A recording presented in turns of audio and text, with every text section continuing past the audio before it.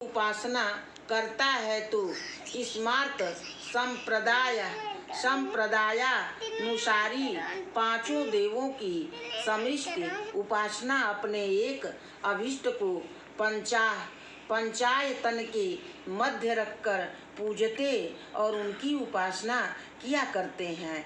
अतएव किसी भी देवता या देवी की उपासना करने के लिए उपासना के स्वरूप और उनके भेदों पर भी विचार कर लेना आवश्यक होता है। उपास्य और उपासना की परिभाषा। उपासना शब्द में उपधन, आस, धन, युच बराबर अन ये तीन अंश हैं। इनमें उपसर्ग, आस, उपवेशने धातु और भाव अर्थ है। युच अन प्रत्यक्षय है। उपासनम उपासना अर्थात शास्त्र विधि के अनुसार उपास्य देव के प्रति तैल धारा की भांति दीर्घ काल पर्यंत चित्त की एकात्मा को उपासना कहते हैं। श्रीमद् भगवद गीता के 12वें अध्याय के 3 श्लोक के शंकर भाष्य में लिखा है, उपासनम नाम यथा शास्त्र मुपायस्य इस्यार्थ यस्य विषयीकरणेन सामीप्यमुपगम्य तैलधारावत् समान प्रत्यक्ष प्रवाहेण दीर्घकालं यदासनं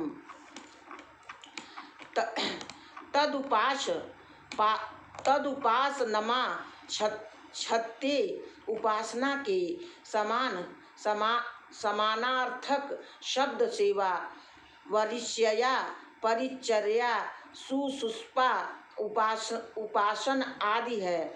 उक्त परिभाषा के अनुसार उपासक, उपास्य और उपासना ये तीन वस्तु हमारे सामने प्रस्तुत है। इनका पृथक पृथक स्वरूप निर्णय करना प्रसंग के विरुद्ध न होगा। आराधना अर्थात दीर्घ काल पर्यंत उपास्य के स्वरूप गुणादि में चित्त वृत्ति का सतत प्रवाह करने वालों को उपासक कहा जाता है। उपासक और उपास्य के विविध भेद होने के कारण ये कई प्रकार के होते हैं। इसी प्रकार इन उपास्यों की उपासना भी विभिन्न प्रकार की होती है।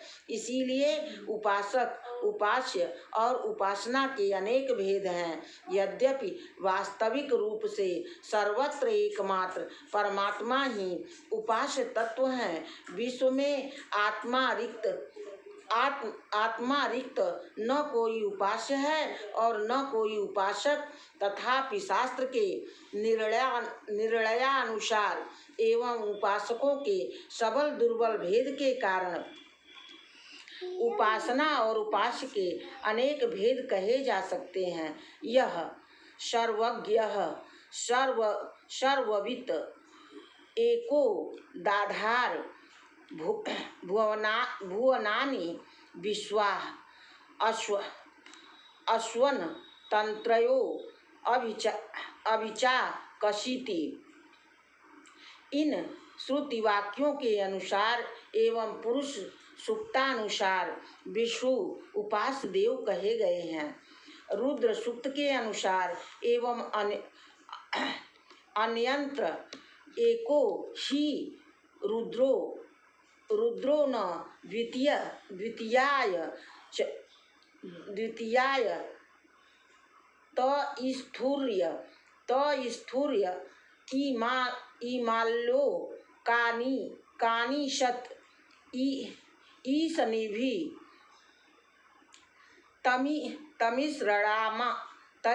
तमिस्रणाम परमं महेश्वरम तम देवतानां परमं च दैवतं पतीनां परमं पर इस्ताद विदाम देवं भुवनेश्वरीम अयम आदि श्रुति वचनों के अनुसार महेश्वर, रुद्र अथवा शंकर उपादस्य देव ठहरते हैं।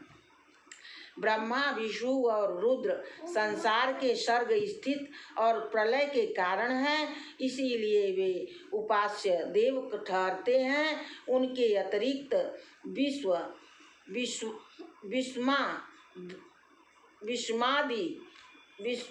विश्वामित्र उत्तरः इस श्रुति के इंद्र भी उपादस्य देव निश्चित होते हैं। इन सब की उपासना के भिन्न भिन्न मार्ग कहे जाते हैं एवं उपासक भी वैष्णव, शैव, शाक्त, ब्रह्मा आदि भेद से अनेक है, किंतु इतने मात्र से शांति नहीं होती, क्योंकि न विष्णुपासना नित्या वेदनोक्ता तु कुत्रचित् न विष्णु दीक्षा नित्या इस्ति न शिवस्य तथैव च आदि वचनों के अनुसार विष्णु शिवादि देवताओं की उपासना तथा दीक्षा नित्य नहीं है। उपनिषद भी इसमें साहमत्य प्रदान करते हैं कि जिस प्रकार कर्म द्वारा संचित लोक क्षीण होते हैं, उसी प्रकार पुण्य द्वारा प्राप्त लोक भी क्षीण हो जाते हैं। अक्षरयम हिम चातुर्मास्य याजिनः सुकृतं भवति के अनुसार वैदिक चातुर्मास्य इत्यादि उपासना जन्य पुण्य का फल भी प्रलय पर्यंत ही रहता है। उसके पश्चात फिर संसार में प्रवृत्ति होनी स्वाभाविक है। ऐसी परिस्थिति में यह निर्णय स्वाभाविक है कि हमारा उपास्य देव कौन है, जिसकी उपासना द्वारा अक्षय फल की प्राप्ति हो। इस संबंध में लिंग पुराण का यह वचन ध्येय है।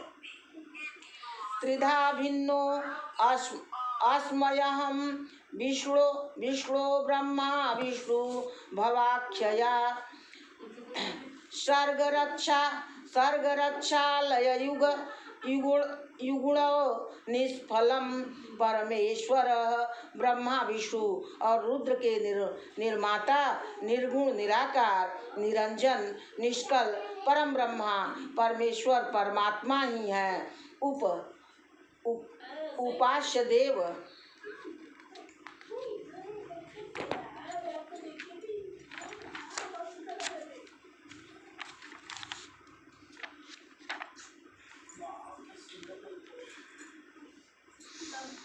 इसीलिए प्रविष्ट व्यष्टि उपासना में सर्वदेव नमस्कारः केशवः प्रतिगच्छति कहा गया है।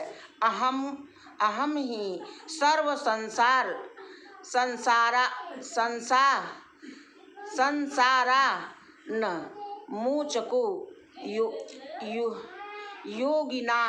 योगिनामिह संसार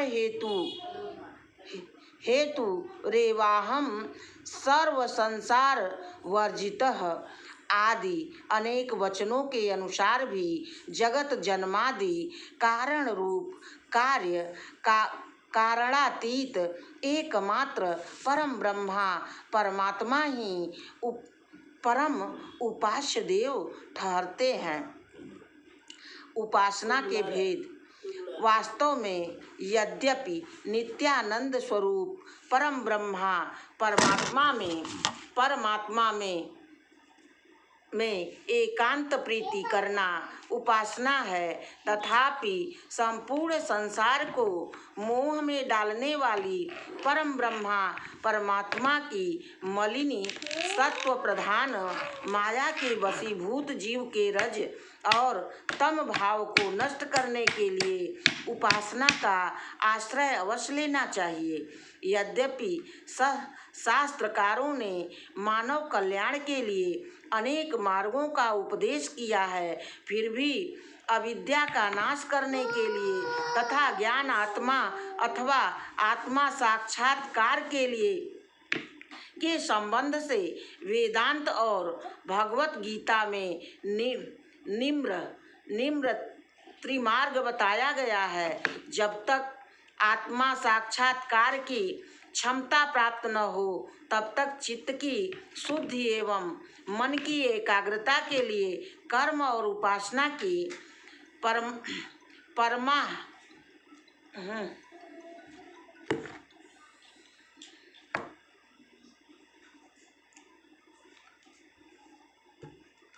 आवश्यकता नहीं।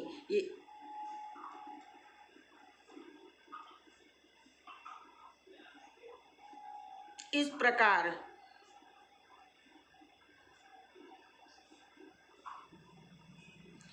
शुद्धि एवं मन की एकाग्रता के लिए कर्म और उपासना की परम आवश्यकता है। चित्त शुद्धि और मन की एकाग्रता के लिए पश्चात यद्यपि कर्मोपासना की कोई आवश्यकता नहीं, तथापि लोकानुग्रह के लिए देवोपासना करते रहना अनुचित नहीं है। इसीलिए लोक संग्रह मेवापि संपश्ययन कर्तु महर्षि यह श्रीमद्भागवत गीता के 31वें एवं 20वें में कहा गया है। इस प्रकार यह सुनिश्चित हो जाता है कि स्वरूपाति रिक्त अन्य उपास्य आत्मा साक्षात्कार पर्यंत एकांतिक उपासना के योग्य हैं। आत्म साक्षात्कार के पश्चात उनकी उस प्रकार की आवश्यकता नहीं रह जाती। आत्मा रिक्तीय अन्य उपास्य भी आत्मत्वेन ही उपासना की योग्यता रखते हैं। इस प्रकार आत्मप्रयाय परम ब्रह्मा परमात्मा जो उपास्य हैं, उनके दो भेद हो जाते हैं, सगुण और दूसरा निर्गुण। सगुण के पुनः दो भेद हैं, सगुण निराकार और सगुण साकार। निर्गुण निराकार तत्व एक ही है, उसकी उपासना बिना निरति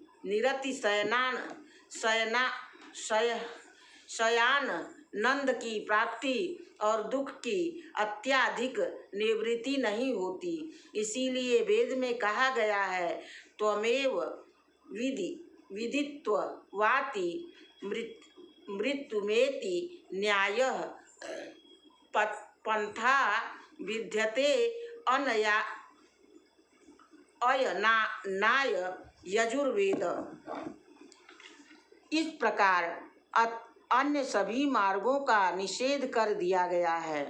सगुण निराकार की उपासना के अंतर्गत हिरण्यगर्भ आदि से लेकर जितना कारण और कार्य ब्रह्मा का विस्तार है, वह सभी है। सगुण साकार के अंतर्गत ब्रह्मा विष्णु रुद्र से लेकर भैरव भवानी शक्ति आदि सभी आकार वाली मूर्तियों की उपासना आ जाती है। इस प्रकार पृथ्वी के एक परमाणु से लेकर महाकाश पर्यंत अहम तत्व महतत्व आदि सब में किसी न किसी रूप से उसी एक निर्गुण निष्कल निरंजन तत्व की उपासना होती है। ब्रह्मा स्वरूपकृत भेद विशेष स्वरूप का कारण होते हुए भी अवान्तर एकता के विघातक नहीं होते। इस प्रकार वैदिक, स्मार्त, पौराणिक, तांत्रिक आदि सभी उपासनाओं में उपास्य देव की व्यापकता से मुख्यतया परम ब्रह्मा परमात्मा ही उपास्य ठहरते हैं। अवान्तर उपास्यों में यदि परिच्छिन्न भाव को लेकर निष्ठा परिपक्व हो जाती है और उसके अतिरिक्त वास्तविक उपास्य ब्रह्मा तक पहुँचाने का सौभाग्य प्राप्त नहीं होता, तो फिर इस प्रकार के उपासक परिच्छिन्न उपासना के कारण मृत्यु के पश्चात परिच्छिन्न लोकों को प्राप्त होते हैं। छांदोग्य श्रुति में प्रजापति भगवान इंद्र को उपदेश देते हुए कहते हैं कि तम वा एतम देवा आत्मान मुपासते तस्मा तेषा सर्वे च लोका आंताः सर्वे च कामाः सर्वाश्च लोकना प्रोति सर्वाश्च कामान्य इस्त मात्मान मन विजानाति। इसी भाव को दृष्टि में रखते हुए कहा गया है,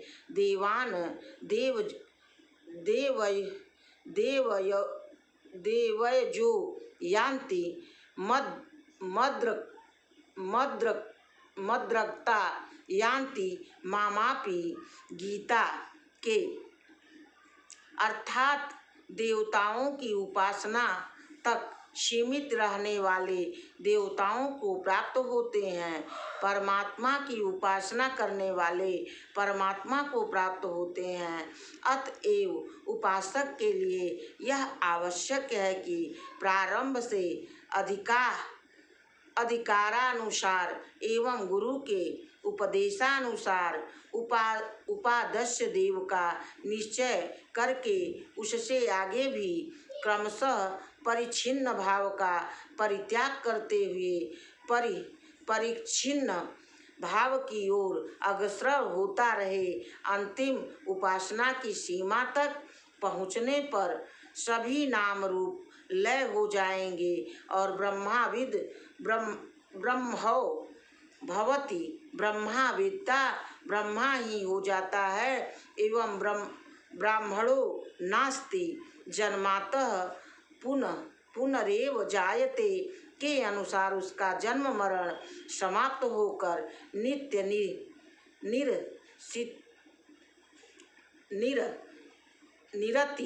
निरतिशयानंद सुचित ध्रुप हो जाता है। वहीं व्यक्ति जीवन मुक्त कहलाने का अधिकार प्राप्त कर लेता है। उपासना में गायत्री का महत्व।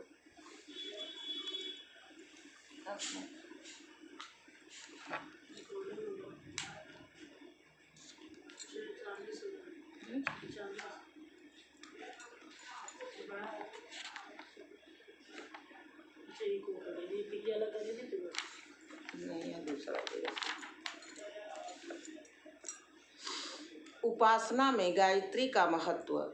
उपासना अधिकार भेद से अनेक प्रकार की होती है।